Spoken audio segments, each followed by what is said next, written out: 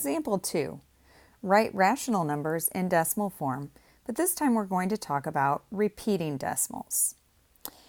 A class votes on whether to change their school mascot. How can you express the number of students in favor of a new mascot in decimal form?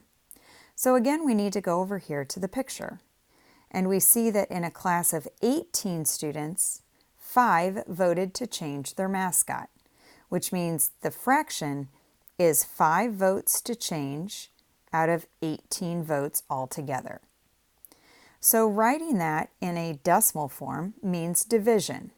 5 divided by 18, which in long division form you can see right here, they've already done the work for us.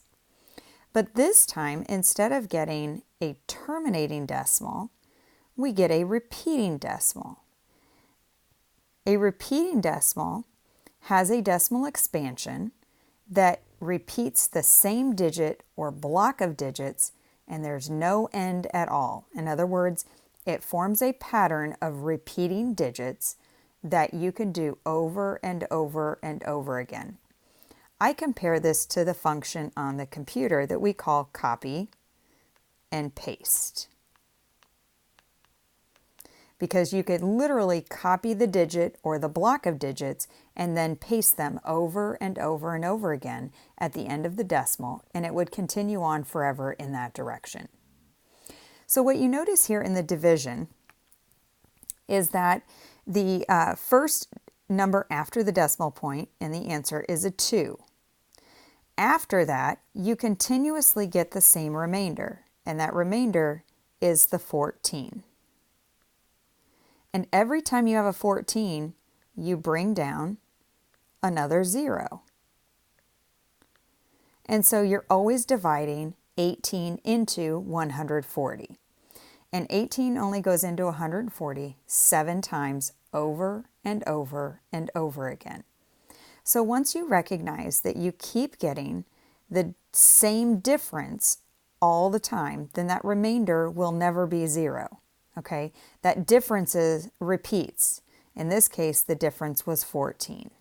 Okay, so in the decimal form, 5/18 is 0.277, and then you've got those little ellipses. That's that 3-dot sequence there, and that means it does not terminate. So this set of 3 dots means, oops, let me see if I can do that, and so on. Oops, try that again. Okay, dot, dot, dot means and so on. Means it keeps on going. Or we can use a bar or a line over the digits that repeat to indicate that they do continue on. In this case, the digit 7 is the only one that repeats. So notice in the bar notation that the line is only on top of the 7. Now I'd like for you to look down at the try it question. In order to make the work more visible, I'm going to work out here on the side of the page on the whiteboard. You should be able to fit your work here in any of that empty space on your page. So let's take a look at the decimals that we will get for the fractions 100 thirds, 100 fifths, and 100 sixths. Notice in these fractions that the numerator is 100 in all 3 of them and is much larger than each of those denominators. We still set up the problem in division form though, where the numerator goes underneath the division bar and the denominator is on the outside.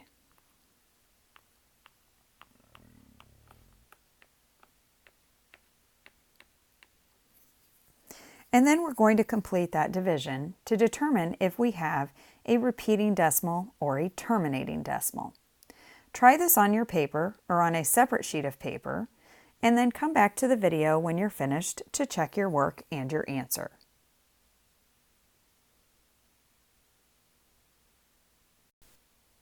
First, let's take a look at the first fraction, 100 thirds. When I divide 3 into 100 here, you'll notice that 3 goes into 10 3 times, which is 9.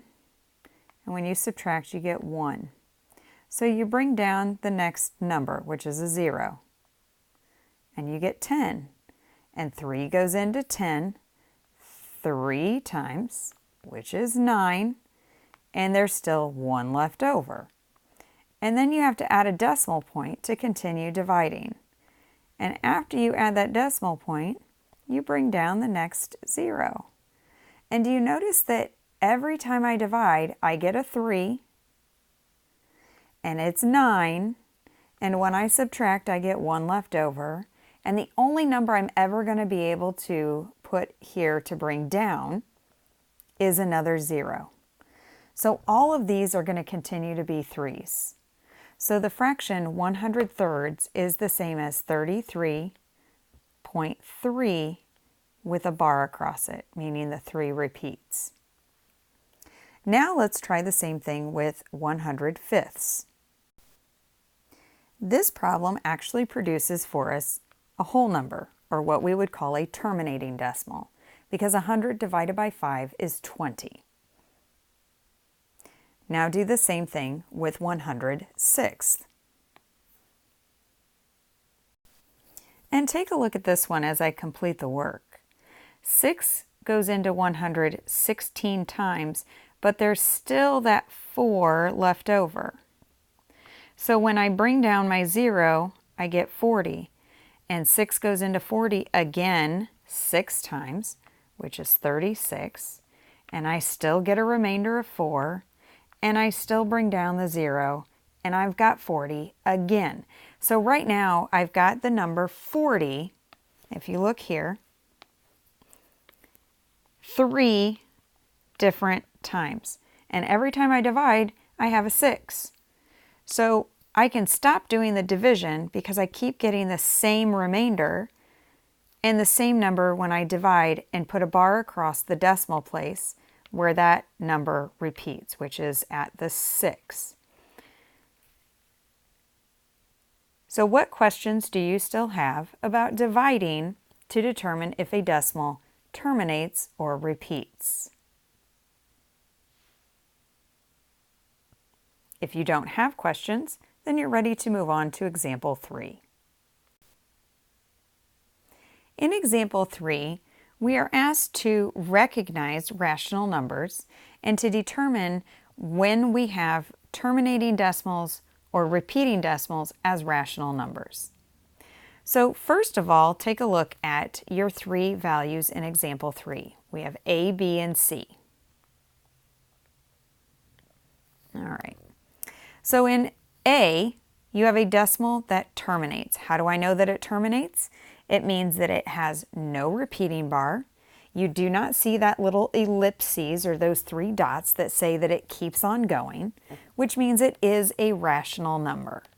So a terminating decimal is rational. In part B, you see that you have some repeating digits, 8 and 1. And there's a bar across the 8 and the 1. And because that repeats, it also is a rational number. But then take a look at C. In letter C, it doesn't stop. How do I know that? Do you see those 3 little ellipses? Those 3 little dots? Yeah, that means that it keeps on going. Okay? And I don't see any sort of pattern where it repeats. So it does not terminate and it does not repeat. The digits do not repeat. So it is not rational. A is a rational number. B is a rational number. But C is not a rational number. So think about those 3 examples. What makes a number rational versus a number that is not rational? All right, so some extra writing here.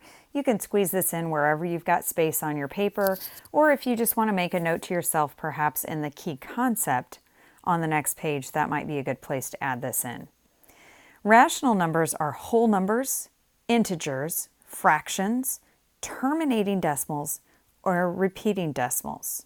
It includes all of those categories of numbers.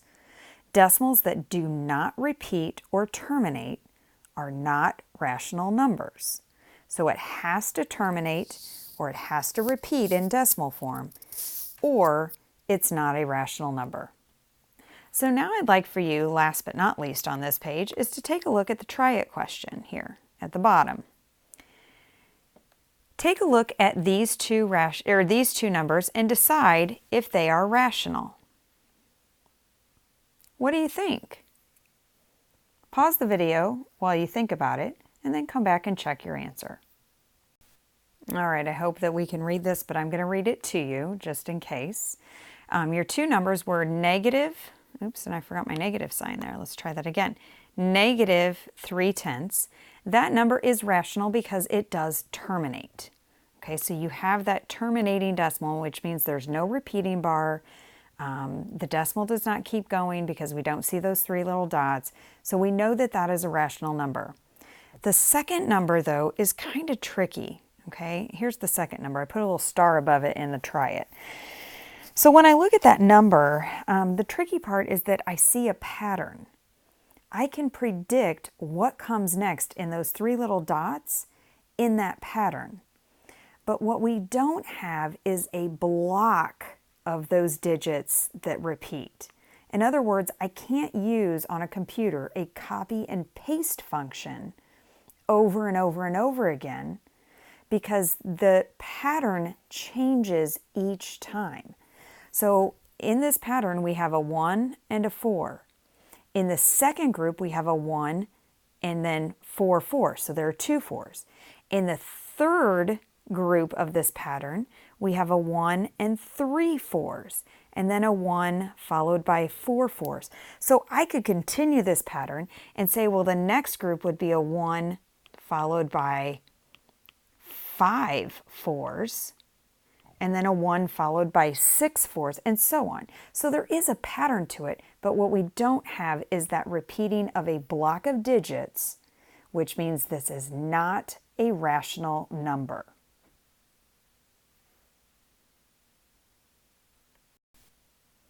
All right, so taking a look at the key concept, I've done some highlighting and I've given you a little bit of an extra hint here. Okay, so I've shown you what it looks like when you have to do that long division. To convert from a fraction form to a rational number to the decimal form, you have to do that division. Remember that the denominator of the fraction goes on the outside and the numerator goes inside. Typically, if you have just a fraction that is in its simplest form, then the numerator is smaller than the denominator, which means the numerator is going to be under that bar, like you see here in the fraction 3/4 or the fraction 1/6, and the denominator is on the outside, which is why all of your decimals are less than 1, because those fractions are also less than 1 whole. Now, I'm pretty sure that you have learned long division and that you've done some work changing fractions into decimals prior to 7th grade. So I'm not going to give you an extensive list of work to do here to practice because you are not allowed to use a calculator, but you can use that multiplication chart, and you should use that or refer back to it if you need some help with the computation piece of this. And we're just going to practice a few things here and a few problems, and then you'll be ready, I think, to try some work on your own. Go ahead and move on to page 17 to see what work you're going to be working on in your book.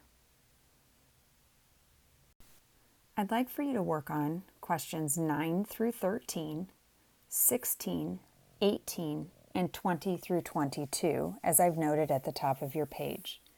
So pause the video as you're working, and you can come back and check your answers to those problems when you finish, or if you get stuck, please raise your hand, come see me, ask a partner, ask a friend, and then let's make sure that you understand these before you move on to your assignment.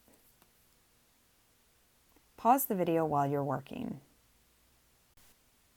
All right, before you move on to page 18, let's check the answers that go with 9 through 13. So you may pause the video while you're checking your answers, and if you have questions about any of these responses or your response, or if you're having trouble understanding how to get these responses, then let me know so that we can talk about that before you go on to your next page.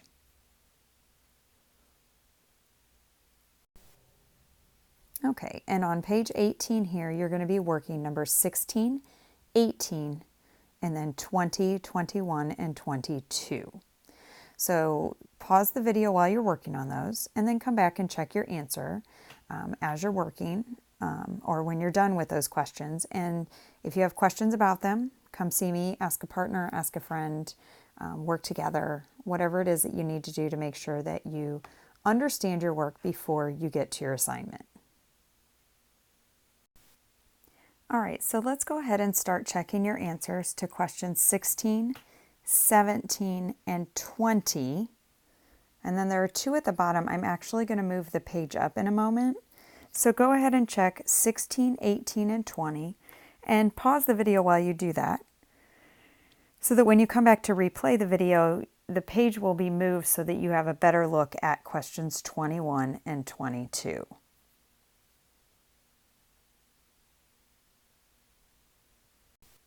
All right, and here are questions 20, 21, and 22. Again, if you have questions and you and your partner are not able to come to an answer, or you're not able to figure out what you did wrong or how to get the correct answer, you must come see me and talk to me so that we can work through this together before you go on to your assignment.